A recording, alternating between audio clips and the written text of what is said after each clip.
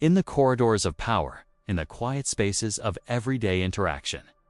In the delicate dance of human relationships, there exists a truth that makes us profoundly uncomfortable. It's a truth that Machiavelli whispered across centuries, one that challenges our most cherished beliefs about goodness, kindness, and moral virtue. Today, we embark on a psychological journey into the shadow side of compassion, to destroy your faith in kindness, but to illuminate the complex terrain where genuine care meets manipulation and vulnerability can be exploited. This is unto flaw in kindness itself as a reality about how psychological manipulation functions in our interconnected world, where authentic generosity encounters strategic deception. Emotional manipulation through false kindness operates like a carefully constructed theater performance. The manipulator becomes both director and lead actor, overwhelming attention or seemingly selfless gestures that felt somehow not. The effect on your psychological well-being remains the same. Your energy gets drained, your boundaries get violated, your trust gets eroded. Too much, your intuition likely whispered warnings, but your conditioning to be nice, to give people the benefit of the doubt, to reciprocate kindness, overrode those subtle internal signals, then leverages that gift to create compliance with their future requests. This isn't genuine generosity, strategic investment in your future compliance. Crafting scenarios where your natural empathy becomes their strategic advantage, or the friend who showers you with emotional support during a difficult period, then gradually expects you to prioritize their needs above your own well-being. Wounds, especially when that healing comes at the cost of your own autonomy. Or the romantic interest who love bombs you with excessive attention and gifts, then uses your gratitude to justify increasingly controlling behavior. The manipulator doesn't necessarily start with malicious intent. You find yourself making exceptions to your usual standards, accommodating behaviors you would normally find unacceptable, sacrificing your own needs to meet their escalating demands. You tell yourself this is compassion, but it's actually a form of psychological colonization. Your ability to feel deeply, to sense others' emotions. Genuine empathy doesn't require you to sacrifice your well-being for someone else's comfort. To respond with genuine care, these beautiful qualities can become vulnerabilities when encountering those who lack reciprocal empathy. Many people who engage in these behaviors learn them as survival strategies in dysfunctional environments. They discovered that giving created control, that kindness could be weaponized, that generosity could purchase loyalty. Often, they're operating from their own psychological wounds, their own desperate need for control, validation, or resources. When someone approaches you with apparent vulnerability, sharing their struggles, expressing their pain, your natural response is to offer support. This is healthy and human. But manipulative individuals often use exaggerated vulnerability as a tool to bypass your psychological defenses, and where your beautiful, open heart might become the very weapon used against you. Your empathy responds before your discernment can evaluate the authenticity of their presentation. This isn't about becoming cynical. How often have you found yourself confused by someone's behavior? How frequently have you thought, but they seem so kind, so genuine, so caring? This reciprocity principle forms the foundation of healthy social bonds, but it also creates opportunities for exploitation. They offer help you didn't ask for, shower you with attention you didn't seek, create emotional debts you never agreed to incur. Then, gradually, the requests begin. Small, at first barely noticeable favors that seem reasonable given their generosity. Over time, these requests escalate, and you find yourself trapped in a web of reciprocal obligation that serves their needs while depleting your resources. These moments of cognitive dissonance aren't failures of your perception. They're invitations to develop deeper psychological awareness. This is about developing what I call conscious discernment, the ability to maintain your authentic compassion while protecting your psychological sovereignty. The Machiavellian mirror. He wrote about the necessity of understanding both the lion and the fox strength and cunning not, because he celebrated deception, but because he recognized its inevitable presence in human affairs. Machiavelli understood something profound about human nature that continues to unsettle us. People are not always what they appear to be. In The Prince, instead, we develop what depth psychology calls sophisticated innocence, the ability to remain open-hearted while maintaining conscious boundaries. Consider this moment of introspection. The dark side of kindness operates on a simple principle. Genuine compassion creates vulnerability.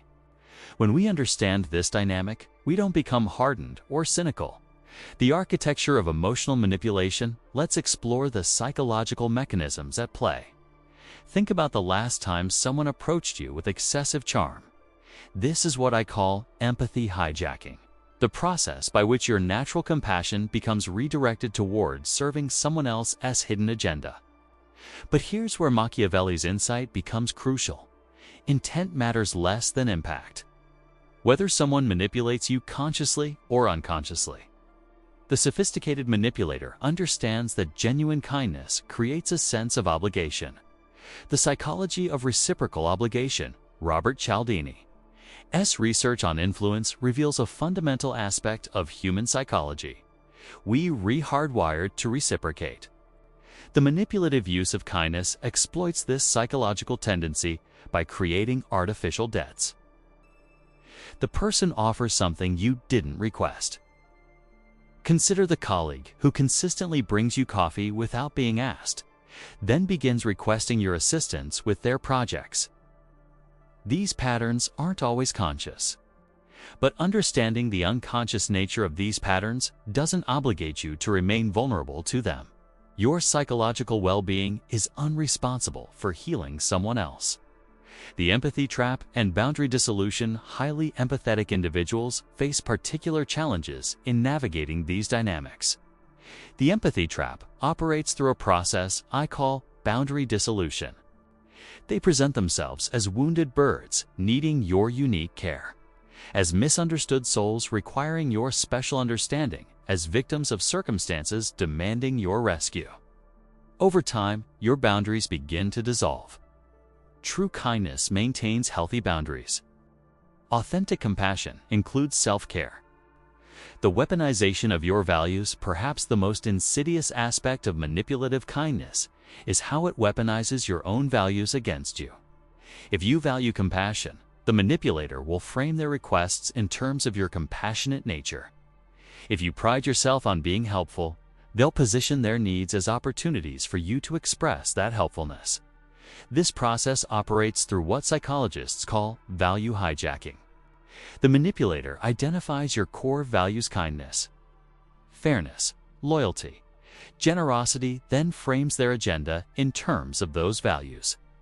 They make their requests feel like opportunities for you to be the person you aspire to be, making refusal feel like a betrayal of your own identity. I know how caring you are, which is why I felt comfortable asking for this favor. You're the only person I trust with something this important. The answer lies in developing what I call psychological attunement, the ability to sense the underlying energy and intention behind someone's actions. I wouldn't ask anyone else because I know you understand what real friendship means. But when being your best self consistently requires sacrificing your well-being, something fundamental has been distorted in the dynamic. Genuine generosity typically creates a sense of warmth, gratitude, and natural reciprocity. Manipulative kindness often generates subtle anxiety, confusion, or a feeling of being overwhelmed. How do they react when you say no to requests? Do they respect your limitations, or do they remind you of their past generosity as justification for current compliance? It doesn't require public acknowledgement or gratitude. It simply exists as an expression of the person's natural generosity. Are they offered when you're particularly vulnerable or in need? Do they coincide with the person having requests they want to make? Is the kindness conditional upon your availability or compliance? These statements feel like compliments, but they're actually sophisticated forms of psychological pressure. they link compliance with your self-concept. A dynamic where people unconsciously take on roles as victim, rescuer, or persecutor. Understanding this pattern is crucial for recognizing how kindness can become manipulative. It's to develop what I call discerning compassion, the ability to maintain an open heart while exercising conscious judgment about where and how you extend your energy. Will my help contribute to their empowerment or their dependency? Am I responding from genuine care or from obligation and guilt? Machiavelli understood that the most effective manipulation doesn't feel like manipulation at all. It feels like an invitation to be your best self. It means distinguishing between temporary assistance that empowers someone's growth and ongoing rescue that perpetuates their helplessness. What motivates your kindness? Are you giving from abundance or from a need to be needed? Are you helping others or helping yourself feel valuable through helping others? Always needing just a little more help. Violate your boundaries or compromise your values. It flows from strength, not weakness. From choice, not compulsion. From love, not fear. It doesn't justify itself through explaining or defending. It simply exists as an expression of your conscious choice to care, offered freely and without attachment to specific outcomes. To make choices based on your own values and judgment rather than external pressure or manipulation. In the context of kindness, this translates to what I call psychological sovereignty, maintaining authority over your own energy, boundaries, and decision-making processes. The victim maintains power by ensuring others remain invested in their rescue, creating a perverse form of influence through apparent powerlessness. You have the right to choose when, how, and to whom you extend your care.